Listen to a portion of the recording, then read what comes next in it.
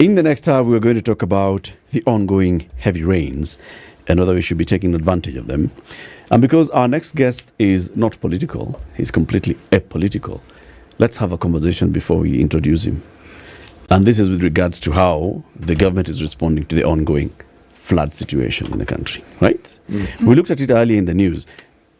Big photo here in the Standard this morning is in Kisauni, Mombasa, and how people are basically just walking in the waters in the flooded areas. If you also look inside in the news, you'll find other photos of floods.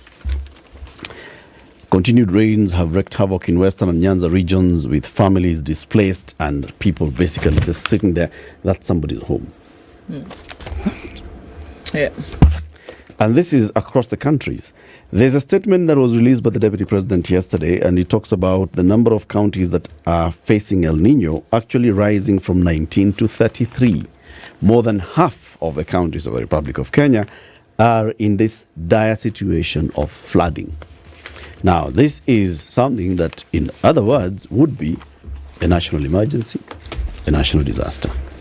A call was made by the leadership of the northeastern parts of this country to declare this a national disaster so that efforts of the government can then be redirected fully into this. Has that happened? Not in my understanding doesn't lead me in that direction. So it still hasn't happened? No, it hasn't.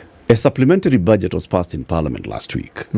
That was rearranging some funds from this and that and taking them into some areas. Yes. Was there a rearrangement of funds from this and that and taking them into disaster response and management So for flooding? apparently it said that some shillings from that was towards this, and it was towards disaster management. In the shape and form that it was supposed to take on, we were not very clear then how that was supposed to happen. And the amounts that they were talking about was, a drop in the ocean in terms of what is clearly needed here with all of this. So it was interesting that what mentioned did take place, that because of what was being seen at the moment, some of that would go towards disaster management and not whether all of it was then going to go towards what we're seeing with the floods. Just so that to remind you, every river that has a bank has broken it in this country right now. Yeah. We have a colleague who is stuck in Eldama Ravine area because the river that broke his bank. If you look at the road, it's a river. A rather fast-moving river. Mtito, those who didn't know there was a river, there actually is one, broke its bank. I just thought it was also a good time to then remind us that, last year at about this time, River Nzoia, I can't ever pronounce it. Nzao Bridge. So the bridge that, was supposed to have been completed many months ago was not, and that river is doing the business right about now. Actually, that particular river, it was not months ago. That river should have been that bridge should have been completed years ago. It should have been, they said it should have been completed years before, and then it was after going the to tragedy, be completed. it would have been a few months. January 2022, it was going to be done. Not done. The Nzio bridge to date hasn't been done. Now, the issue that I'm raising here is, if we look at what we are seeing coming from government communication, yes, from the very top, the president is not talking about the ongoing floods and the disaster. The deputy president is not talking about it. He's releasing a statement. When you hear the deputy president talking, he's talking about 2032 and that he's very busy. He's not talking about 2032. This is not what he's talking about, 2032. He's very busy. That's what we are hearing. He releases a statement. He's the one who's coordinating response on this disaster. Uhuru Kenyatta may have very many questions to answer. And indeed, he should answer very many questions about his 9 years in office. But one of them that we cannot is what he did with COVID. He created an office and a committee, called it the National Emergency Response Committee. He gave it powers, he gave it mandate, and he gave it a leader. He said, the Minister for Health shall chair this committee. It shall have these other people. Under it, there's going to be a steering committee of principal secretaries and military officers and all. And this is what we expect from them. And on a daily basis, we're hearing from the National Emergency Response Committee on COVID on what they were doing. They were talking to counties. They were telling us what they're doing. It may not have been done, but at least we're hearing every day from government what the response is. And matters that required the president to speak, for example, shut down the country, open the country, the president spoke. When he is saying, I actually do not think I should be opening the country, but your people are saying, he came and said. That's the same thing we should be hearing from this government right now. Because the threat a proper concerted communication on a daily basis that tells the people of Mombasa, this is what we are doing with the coordination of your government. This is what we are doing in Mwingi, in Marsabit, in Wajir, all these counties. Eric, it's everywhere. Yes. There is no place in this country that isn't suffering under this yoke of downpour which has led to floods. And the problems have not yet begun.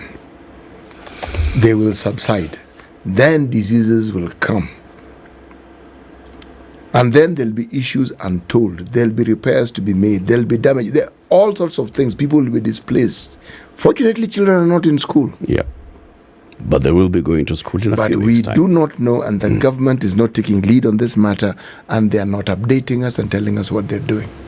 So people across the country, especially those that are affected, there's children on this photo who are standing outside their home and just watching as floods rise into their houses.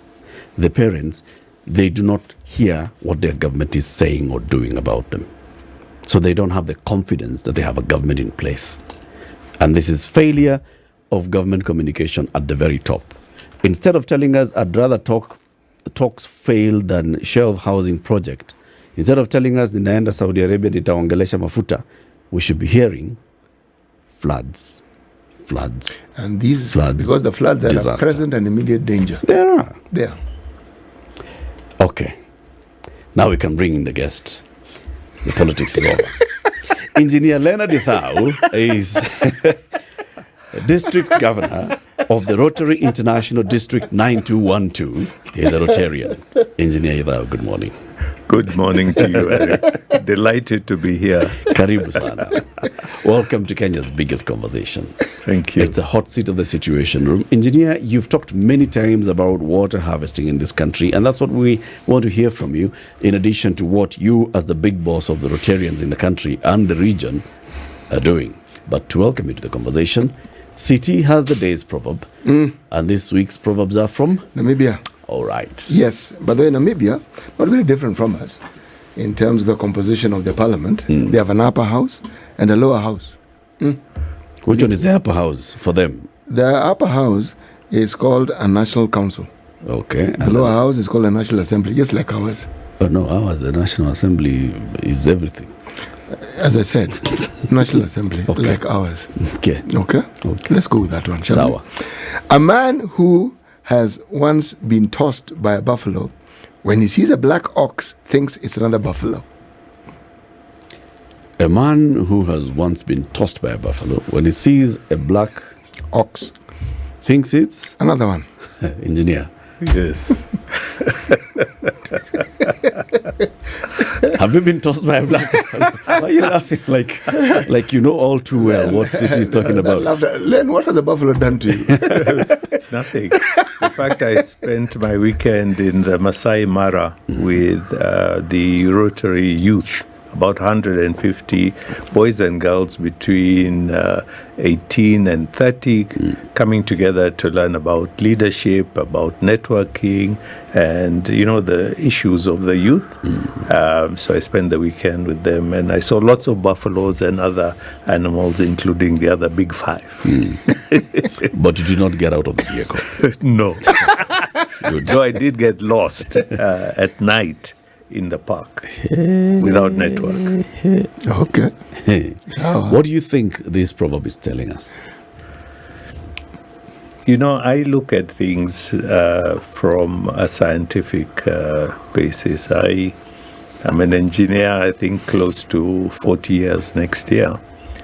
And when I look at what happens and is what's happening around us, if we shared the same picture for January next year, it will be a story of drought, lack of water. Today, you're seeing one. So something is happening in our world. But at the same time, what's happening is not beginning today. Our world, I believe, has always been on the move. It's always been changing.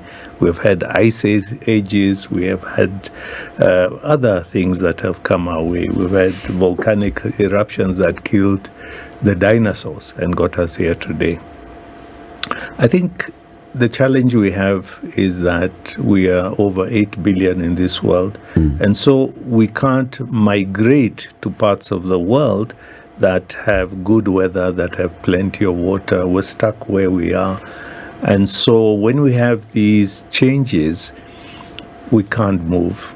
So the only option available to us, in my view, is to respond to them, to anticipate them, to try and take advantage of them, so that we use these things that nature throws on us to advantage, to advance humanity, rather than having death and despair and displacement, as we're seeing now. So it is something that will not change in the immediacy, so it's important that we start having strategies and plans to respond to it. It's a good one. You know, when it's been given an engineering perspective. very The gentle, proverb has been engineered. yes, but very profound. Because even as he says it, and you may not know this, but this matter of water is something we talk about all the time.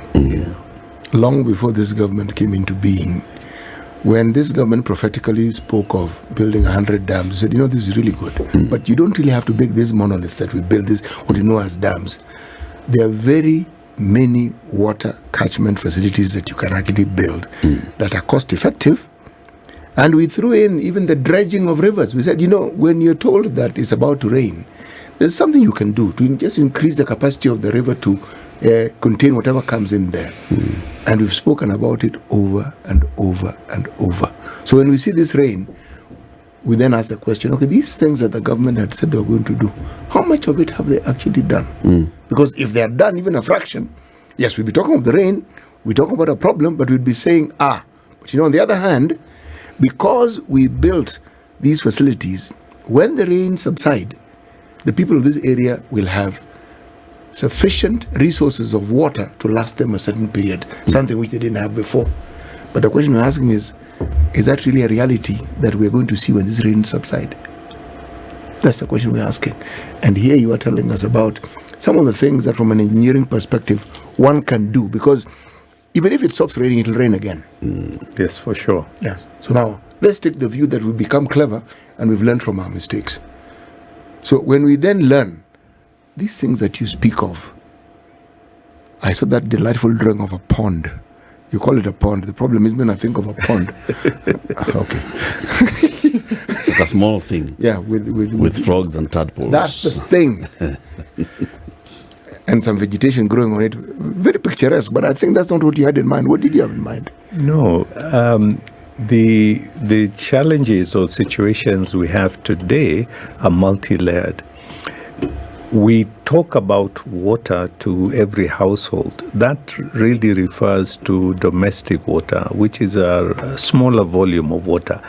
But because of the moving goalpost as when rain will come or not, we now require additional for irrigation, because you can't anticipate when the rains will come for your vegetables and grains, which was normally coming in a structured way. So now you need to store more and more and more in water, and it becomes uneconomical to use tanks and other means of storage. So effectively, you're trying to store a bit of the river or the bit of the waterway for your personal consumption in the coming months. How does that exactly happen? Because here we are, and it's very easy for us to say, yes, go ahead and store the water. There's pools of water around the country at the moment. People are literally swimming in it. But if we look at it, what can a government do today? What can actually be done today with what we have that is clearly going to waste? And we know that these patterns are cyclical in nature, that they follow one another, that we will get into a period of extremely dry, and it will be followed by this deluge that we see. It is going to happen. So what can be done practically that will then put this water that seems to be going to waste in storage, as opposed to just talking about it? Yes, I believe in doing a multi-layer response to that. There's at the macro level where we need to have the dams or everything like that to store the huge volume, because the volumes we have are huge that can't be stored in small domestic ponds. So we have that at a higher level. We need to have drainage channels and catchment areas to try and divert it away from where citizens are living and so on. So that is at a macro level. But essentially, the challenge we have is at a domestic level. And again there, I suggest a multi-pronged approach, not just having perhaps a borehole, a community borehole that serves everybody. Here we're talking this morning about excess water. What can we do it and how can we channel it as an individual, family? The first and the one I would recommend the most for domestic consumption is really to have gutters and water storage tanks. That is the essential for the home, to have clean water that is suitable for domestic use, and you have a storage facility big enough for this. I can give a practical example. Coming back to my role as district governor, one of our clubs, the Rotary Club of Nakuru, has carried out such a program for 8,000 homes in Nakuru County by providing the gutters and 10,000-liter tanks. This has, per household. Yes, per household. This has transformed the communities. The time that the women have free to do economic activities, etc. Something as small as that, making such a big difference. Then, to extend it beyond the household, then the initiatives around having a water storage pond, because the water stored there is not clean, that be used to store water for the purposes of irrigation during the periods when there's no rain. A typical pond would cost in the region of 250,000 to do. So it can be considered either in a family or a community approach towards that to achieve water sustainability during dry periods. But there's another approach which perhaps has not been given a lot of mention. I don't know if you've heard of the sand dams. Sand dams are really a cost-effective way of providing water for long periods of time, because the water is stored within the sand behind the dam. So there's less evaporation. The water quality is sustained because you don't have cows and other things defecating and doing other things in the water. And the community are able to abstract the water throughout the period, both for home use and for irrigation. This is good, useful in the really dry and arid areas, Makueni, Kitui, and other areas of, in fact, the whole district or which I serve. So I've seen examples in Mwingi of these sand dams that a single dam costing about 5 million shillings is serving a community of 4,000. So when we have this excessive rain like we have now, it fills the sand, and then we go through the dry period, and it's really providing an opportunity for the families to continue having access to water without traveling great distances, to be able to carry out irrigation and other small economic activities. Excuse me. Explain this sand dam thing. Because you're talking about water getting into the sand. It's not then accessible to the livestock. So where is it? And then how do you extract it from this sand? So let's just take us through this whole sand dam idea. You're familiar with the small community dams that are built across seasonal rivers. I think you're very clear on those. Small, very low, maybe a meter, meter and a half, 2 meters high, using rubble, concrete, a bit of reinforcement, a crossing, a rudimentary dam. But you do it in a certain location and in rivers where there's a lot of the sand, the normal sand that we use for building. What happens is that when you build a dam, the sand accumulates behind the dam until it fills it. So it looks like the dam has failed. It's full of sand. But it isn't. Actually, no, it's almost half water. So the water is stored within the sand. It's cool, it's cleaner because you don't have those issues, less evaporation, and then you withdraw it by either having an offtake at the bottom of the dam and then have it going out by gravity, or you can have a small well that you're using the manual process to get it out. It works very well. I always think in terms of sustainability, in terms of the community ability to be able to afford to maintain systems that are electromechanical, like when we have boreholes that have electric pumps and all the issues that go around sustainability. I'm thinking about how to get water on a continuous basis to the poorest of the poor in our region, and in a way that they themselves are able to sustain, and they're also able to have the dignity to live a purposeful life. Has this been practiced extensively, especially in those areas that you talked about? Yes, it is. In Makueni County, do you have many sand dams and such other water harvesting mechanisms? We do, and we need to now expand it, because in a single river, you can have a sand dam, if the conditions are right, every 200 meters going down the river, because it will just overflow to the next, because when the water comes, it's too much.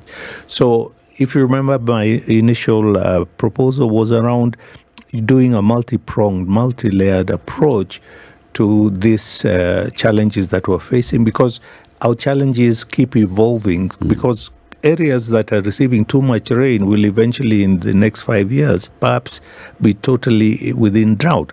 So it requires an agile and responsive approach, rather than perhaps going for too big an investment and then you end up that it's not functional. If in areas like Nairobi, if you know that you may have a borehole today and then tomorrow it's dry because the water table has really receded. So you need to have an evolving, responsive response. And we as humanity have evolved technologically that we're able to really think and respond to these challenges that are facing us. You know, I spent a week with your comrade engineers at the annual convention in Mombasa. You were not there. We marked you as absent. But then I'm thinking we have very many engineers of various, we have, even in the State Department for Water and Sanitation, there are engineers. In the Ministry of Agriculture, there are engineers. Of course, in Public Works, we have engineers. And we have people who have thought the same way you're thinking about the solutions that we need. What I'm wondering is, where is the gap between all this brain trust that we have and us actually seeing the realization of this? Well, it's a very, I think, complex process, but a complex process that can be unfurled by working backwards rather than forwards, by spending time with the communities, with the people, and trying to assess what their real needs are. I, through Rotary, have been able to spend times with the communities in all the 4 countries that we serve in Ethiopia, in Kenya, South Sudan, Eritrea, and to visit them on the ground and see how we can apply the high tech that we have in the simplest practical, sustainable way that will deliver the basic needs for the communities on the ground. I think we need to go back to basics. So what we lack is a lack of, touch, being in touch with reality or in touch with the community. Back to basics of applying the high technology we have today at the most fundamental way, in the most simplest of ways, to achieve a simple result: access to clean, safe water. Now, Engineer, you've talked about this for many years, about water. And in your job as a Rotarian, or rather in what you've been doing as a Rotarian, you've talked about the various communities that you've visited that have actually taken advantage of basics, and they have some sort of stability in their water supply. Give us more examples outside even Kenya. I found that the issue of drought subsists actually in our region. The boundaries are, I think, a figment of our imaginations. That if you go northward into South Sudan, into Ethiopia, eastwards into Somalia, you find the same. I think regions like in the west, Uganda, Western Kenya, do have reasonable and more, slightly reliable rainfall. But in these other areas, the problem is there, and it is persisting, and requires now a long-term, simple and pragmatic solution that will allow communities themselves to take control. I mentioned the Nakuru, we call it 6T water tanks project, because the community themselves are building these tanks with cement and sand, some reinforcement. So they've been organized into committees to do that. So it's a sustainable way. It's a low technology, but delivers a powerful result. The same with these sand dams. They're actually constructed with the community. They have to donate all the labor to bring it to fruition, and also to maintain it later on.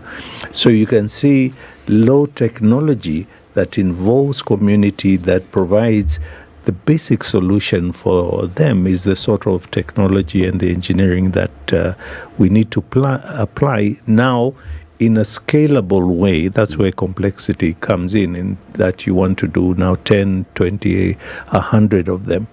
But to provide me with water, to provide me with basics, is actually to reinstate me to a position I should be.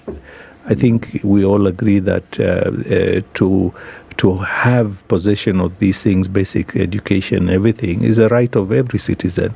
And so to have it hasn't advanced me, my family, my community in any way.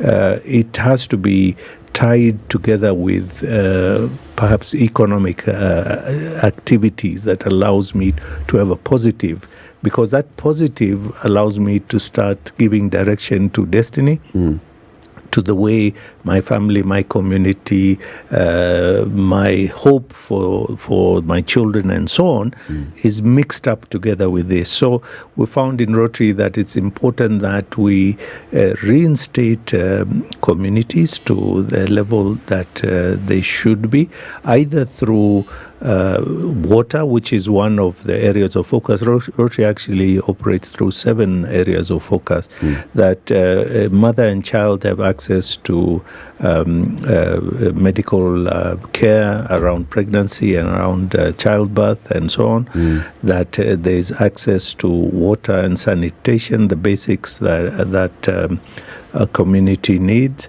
to do issues around the environment, because we know the desecration of the environment has a big impact in the uncertain rainfalls that we're having. So we have activities that reinstate a community, and then we forward them with economic empowerment. That's very important. Do you involve the government in this? Yes. We work together with government, together with leaders, community leaders, and so on. Rotary is a non-political, non-religious organization founded in 1905. It has over 1.4 million members worldwide in over 200 countries.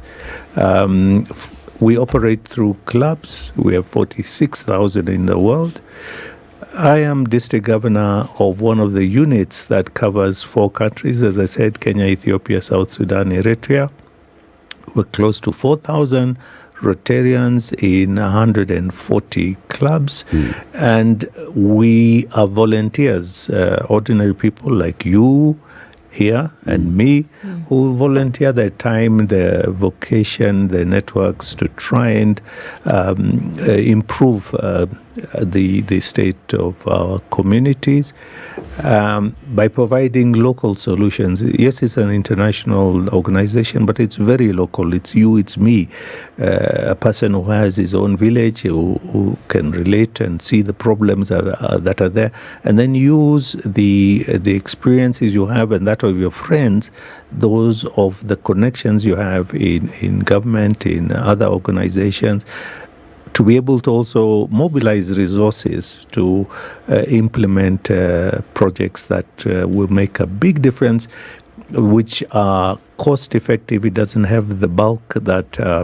a normal commercial engagement will have because we don't charge for the time and effort that we put in. So I think we deliver good impact, and we are striving to do much more with relationships at all levels. So why I'm asking whether you're involving government is whether government is buying this idea. Okay, communities are buying the idea of using the basic means of water harvesting methods.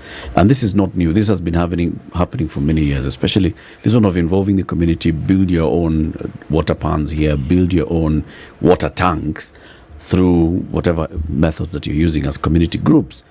But then they need the government now to move them to the next level, like you're saying, scaling. Is government buying that idea? Or are they still relying on Rotarians to do this? No, they're buying in. And what I'd like to propose is that it needs everyone's effort. You and me, government, Rotary, individuals and other organizations collectively to build our nation, our nations, to where it needs to be. Government is us. We are our nation, so we need to collectively come together and move towards a direction that will start making a difference, both today, in the coming days, and in the distant future, because we all envisage a positive and hopeful future for our children and our nation. It requires action by each and every one of us. You know, the biggest fear sometimes when we look at what we refer as, what we're calling community helpers, the Harambee spirit that we have in this country, is that because of its prevalence, what we then have seen over time is the reduced activities or involvement that the government has. It's like it gets to a point that the government seems to have determined that this is something that will be done. We look at it, we see it in the education sector, we see it in the health sector.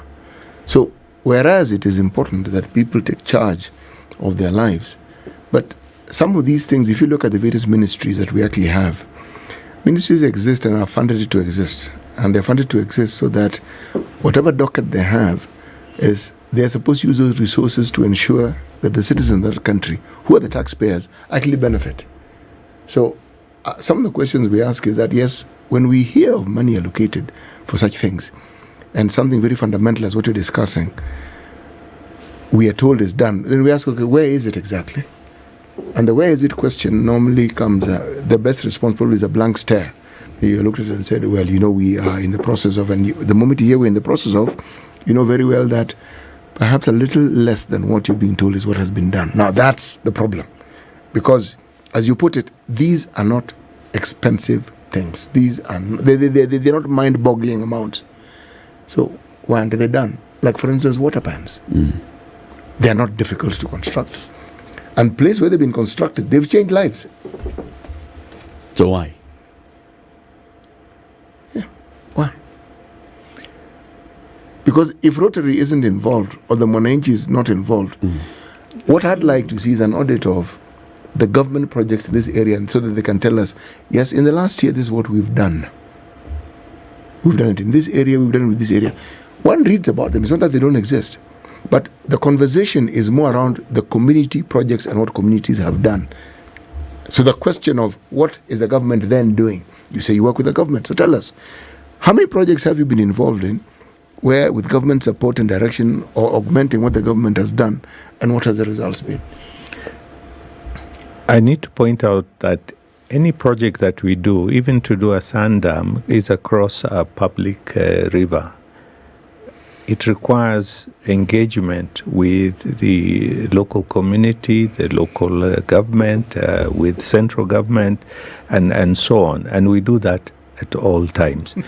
If we're doing a water sanitation project in a school, we involve the Ministry of Education and all parties concerned. You were discussing about accountability of an organization to deliver on its strategy and if elected on its mandate. It's the responsibility of the shareholders, the owners, to hold that organization or entity accountable for strategy and delivery. I am accountable to my membership, to Rotary International, to deliver on that. And I think you mentioned that right at the beginning. So it's important for citizens to hold their local and central government accountable to ensure that there's delivery. But remember, the totality of resources available are not enough and will never be. Based on the economy and size of a nation. So it is complementary. Full accounting is essential for all entities, both public and private. But ultimately, it's through a collaborative partnership overall that will deliver what the person at the end that they require, the simple water, sanitation, reliable access to medical care, and so on. I'm really of the belief that whether it's a small scale or a large scale, if we really wanted to have something done, we would. And I think that government is tasked with the infrastructure responsibility on a large scale. And that when we do not see that kind of activity, then we have a beeline direct to the kind of thinking of how we value certain things. And that we have not seen this kind of infrastructure taking place for decades shows that there's no interest to have it done. It's going to be very difficult to convince me or anybody otherwise. If we wanted to have it done, if governments in Kenya, in other parts of the continent, in Nigeria, in Ghana, wanted to have it done, we would see it being done. And it's very simple. That we have countries on this planet, not on another one, this same globe, who with a minimal source of water, no flooding, have been able to dam water that has come in trickles. They're here on the planet because they understand the need of the people and that they can apply that thought and it becomes action and that people then thrive. So we can talk about the science and we can talk about everything behind it, but then to me it's very clear that we don't see the action because we have not applied a priority to it. If we want to, the money can be found. If we want to, the infrastructure can be found. If we want to, the human resource can be found. So for me, it's a matter of will. And then the question becomes, where will this will come from? And until that happens, we'll continue dancing around the same thing. Rotary will continue doing what they can do. Red Cross will do what they can do. The community sitting in El Bagan will do what they can do. But if you want to see huge infrastructure development for things like this, where there are tons and tons of water, imagine in 3 weeks that are running off, the infrastructure that we are talking about that is necessary for that to have, should have been built years ago. But it's not, because it's not a priority. And until and unless those things become a priority, we're going to be doing the same dance, unfortunately. And at some point, the shoes will wear out. So for me, it's a matter of will, Well, it's not for lack of expertise or knowledge. Let me turn that round on all of you by proposing another approach that through your example, through your actions, however small, but sufficiently persistent, the results obvious, that attention will be received and that others will join in to follow suit, and that we start having peoples coming together, governments coming together to emulate and copy solutions that have come out. I don't believe that giving up is an option that we have for ourselves and for our people. The option we have is to show by our own example that the activities, the innovations, the solutions that we're planting in our communities and sharing is working, and it's a workable alternative, and that it is one that others, both in government, in private sector, individuals, and so on, can come together. Because it's only by uniting the peoples in a community, in a country, to be like-minded about coming to solve very, very complex issues. It's not as simple as I've laid it out this morning. It's complex.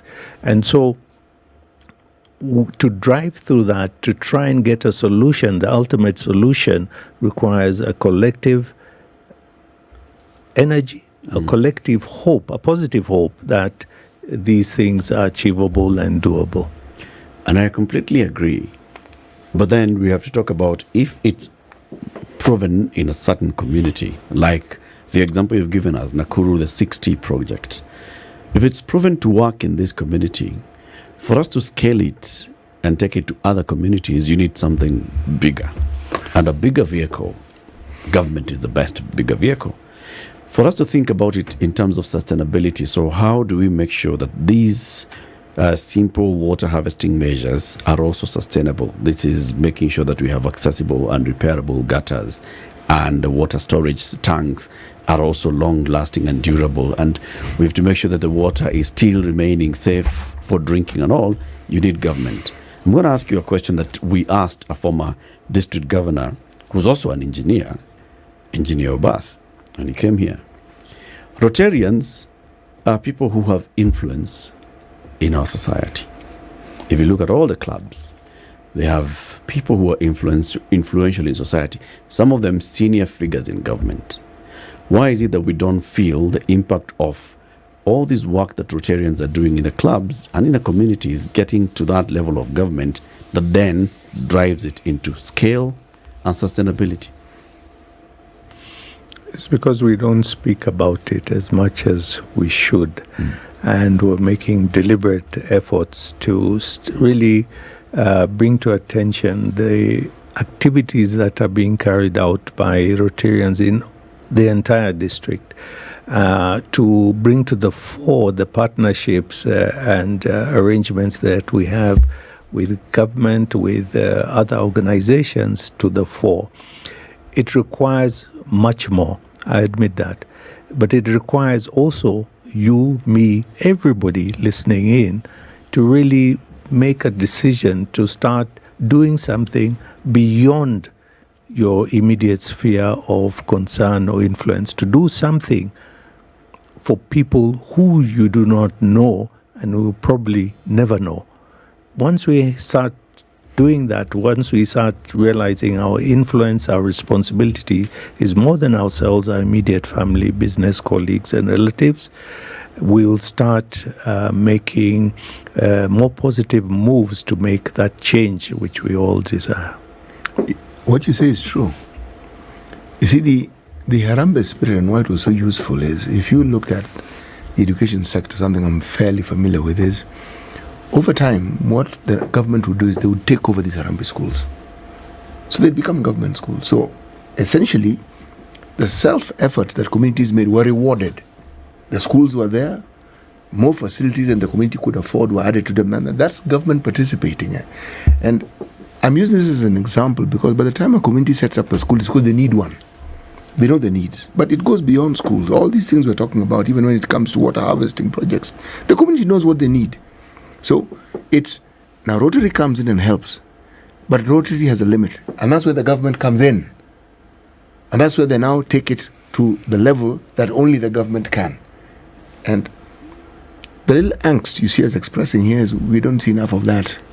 This last mile thing that we're talking about, we see community doing this, we see Rotary and other organizations coming in to do this and the other, and then that bit, that heavy lifting that only the government can do, one doesn't see enough of it. Because when we see it, we also see the effect. Now, the absence of that is what we often see. We say, but this could have been the conversation of why was this not done? Why is it not being seen? Because it wasn't done. That's why. Because if it had been, you'd see it, and the conversation would be different. So look at this issue in Kisauni, Mombasa. You're a man who's lived in Mombasa. Now, most people don't know that. I was telling my colleagues here, as somebody who also grew up in Mombasa, that whole area of Kisauni, you'll find the owners of that land are probably just 3 or 4 people. So literally everyone who's built there has leased the land. Now, the thing that is completely absent is what you call planning. This urban planning where this is a road, this is a this is the other. So people just build. Now, when it rains, yes, the lack of the stormwater channels is what is causing that particular issue. Because people built on them. That usually is a problem. Now, little things that could have been done. Now, you look at the damage and the lesson learned, and you'll wonder, it's just the first time it has rained. It won't be the last time it has rained. But will we see the effects of this, and how will we see? Now, that's where perhaps organizations like Rotary are useful and very useful, because they will get to the people in those communities and say, folks, this is what you need to do. We are able to do this for you. And sometimes a little hand-holding is necessary. But thereafter, again, the question asks, the heavy lifter, the county and the national governments, will they come in? It's a question we always ask. And you should continue to. But at the same time, you have an individual responsibility as a citizen to do the little that you can for yourself, your family, but also to those who you do not know, but who you can assist. Engineer, as we conclude, how much does it cost to join the Rotary Club? Rotarians join by invitation. They are required to attend weekly meetings. We call them fellowships, 50% of them, and to participate in community projects and so on, because we're not just meeting for the sake of it. They pay a subscription for maintenance of the meeting place, for communications and so on. So it ranges between 18 and 25,000 per annum, paid in 2 or more installments. So it's really cost effective. Any organization that one is, and especially a global one, and you get global support and so on, I think it's a value for money. Okay. Well, thank you very much for joining us today. This is the Situation Room, the only way to start your day.